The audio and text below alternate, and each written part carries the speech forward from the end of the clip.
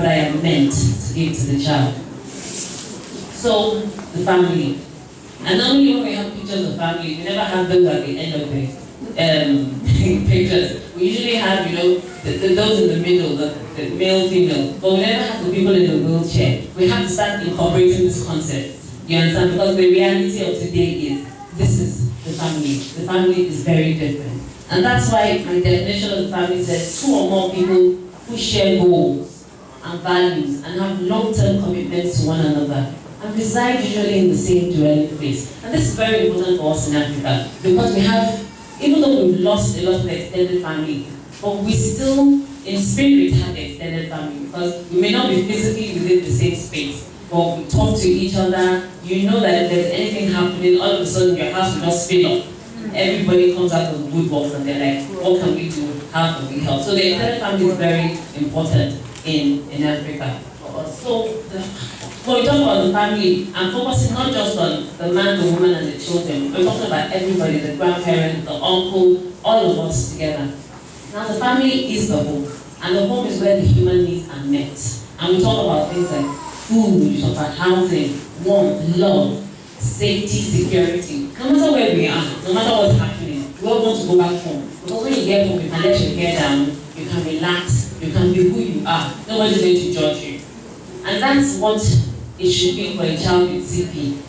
The child with CP should feel safe at home, should feel secure, and should feel loved at home. And first and foremost, and not only do we feel that at home, the home is where we get the initial skills, our social skills. We're taught how to interact. We're taught, say good evening.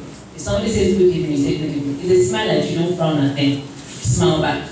We're taught all the simple skills. We don't know how important those skills are, but we're taught from home. And these are things that we find out that children with CP are not given. We find out people never tell them, if somebody's smiling at you, smile back. Because everybody assumes they won't understand or there's no point. But those are very important social skills that we need to pick up. And we need to remember that the family is a primary agent of socialization. We are wherever you are, your family is a representation of your society. So wherever you want the society to be, you need to start first with your family.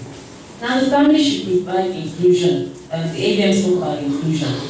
We need to first provide within the family a sense of inclusion. Not just inclusion in the situation whereby, we say, our child has CP and we're taking the child everywhere. It doesn't mean, inclusion doesn't mean you're taking the child everywhere. How are you allowing the child with CP to interact with the siblings? First and foremost. Because I tell parents, you're not going to be here forever. Your children are the ones that will be here. And they need to know that they have to care, they have to love, and they have to provide for their sibling that has CP. So it needs to start from home. The inclusion needs to start from home. If you don't have it inside, you can't give it. Then you need to start respect.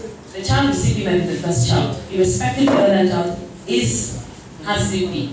We're Africans, we have a culture. You respect your elders. You respect your elders. Don't talk back. You start from the house. If you don't teach respect within the house, they won't learn to respect outside the house. Then accessibility. And we talked about accessibility, making the child accessible to people. We talk about people hiding their children. You never know these children, their families that have children that have disabilities. Because once people are coming, we all know they lock up the child. Or making the child accessible to people, and making people accessible to the child. It goes both ways. Because when people know they have a child with CP, they're more comfortable. After a while, they get comfortable around, people with CP. But also, your child gets comfortable being around people.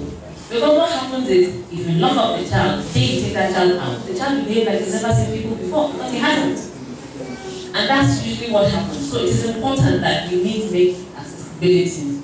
Then equal opportunity, I talked about all the children, including the child with CP. Everybody's going to school, the child should be able to go to school. No matter what you think he can learn, let them go, let them interact with other children their age so that they can acquire certain skills. Now, family plays a valuable role in providing that stability for the child, and caring for a child with CP is a lifelong commitment. That's one of the things counseling should provide at the beginning. It's not a one-off thing. We're not going to give you tablets and you're going to say, hey, everything's fine. It's a case of every day. And like the doctor said, the challenges will differ with every year, with every passing year. New challenges, new difficulties. And we live in a country that's already difficult. So when you're wondering, how do I cope with this? You get home, there's no water, there's no everything. It's double the challenges. So the truth is, we need to get into the mindset that it's a lifetime commitment. It's something that we're not going to just pack up into one corner when we're tired. We can't get tired. We will never get tired.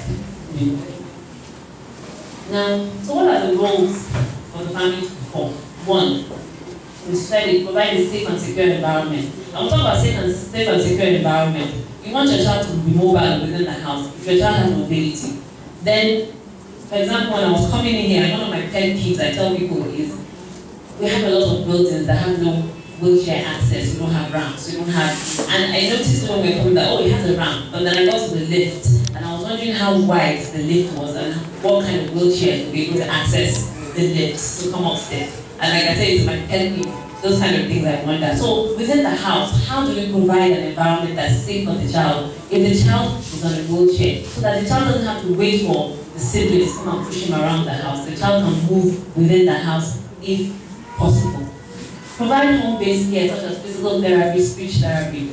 A lot of these things are expensive. Let's not kid ourselves. Not everybody. I was quite impressed when you said you had the same physiotherapists for all these years. And I'm like, 17 years, amazing. It's expensive, it is difficult to maintain. So one of the things I try to encourage is whatever the parents can learn while they're with the speech therapist, while we're with the physical therapist, learn it so you can do it for your child at home. I'm not saying that you can be the expert, but there's some little things we can do at home ourselves that it's important we learn as parents. And you teach it to the grandparents, you teach it to the other siblings, so that when you're not at home, other people will be able to do this thing. Then teach the child adequate and appropriate social interaction. I've said it. Hello, when people say hello, say hello. When people, if you can't say hello, smile. All these little things. Because once you teach the child how to interact properly, if anybody knows, if you have a little child and the child smiles, most people tend to what? Smile back. It's just natural. So even if the child can't speak, but he learns to smile, when he smiles, people just feel a sense of endearment that, oh, this lovely child. So it's important. Providing an enabling environment for positive adjustment of siblings. It's difficult for the siblings. Let's not kid ourselves.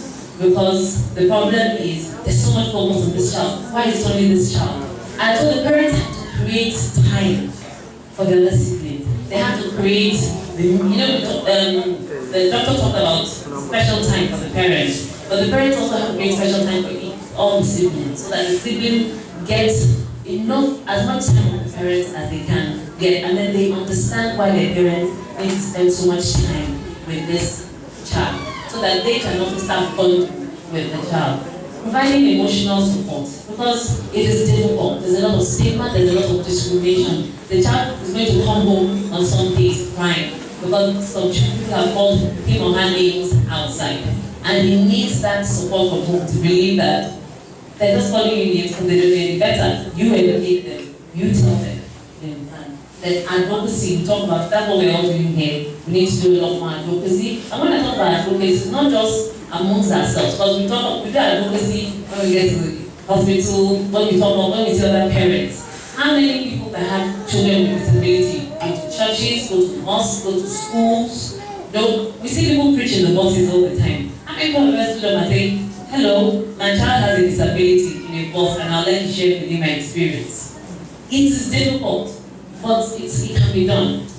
So we need to get people out there doing more of advocacy and information dissemination. Every opportunity we get, use it as an opportunity. I met a parent who told me every time anybody goes, oh, what's wrong with your child? She loves it. Said because it gives her an opportunity to educate somebody who maybe hasn't met a child that has this condition before. So for her, every opportunity is a blessing to bless somebody with a new information. Then we need to form support groups. And support groups are very important, like AVM said. People have walked this journey, so there's no need for you to walk it alone. People have walked this path. Just follow them, learn from them. What did you do? what went wrong? We all make mistakes. I need to learn from your mistake, and that's the essence of having people ahead of us. So having support groups are very, very important. And let's just look at the stressors on the family. Financial implications, I've talked about it. The financial implication is great, it's not going to stop. If we have the Benolas advocating for the government to support, maybe with time it will ease, but it's not going to stop. Then we have lack of social support. We talk about the fact that the graduates who have disabilities can't get jobs because of stigma. And even when they do get the jobs, because of the environment, they might not be able to walk. There's no transportation, they can't get to the location on their own. You have situations where we had a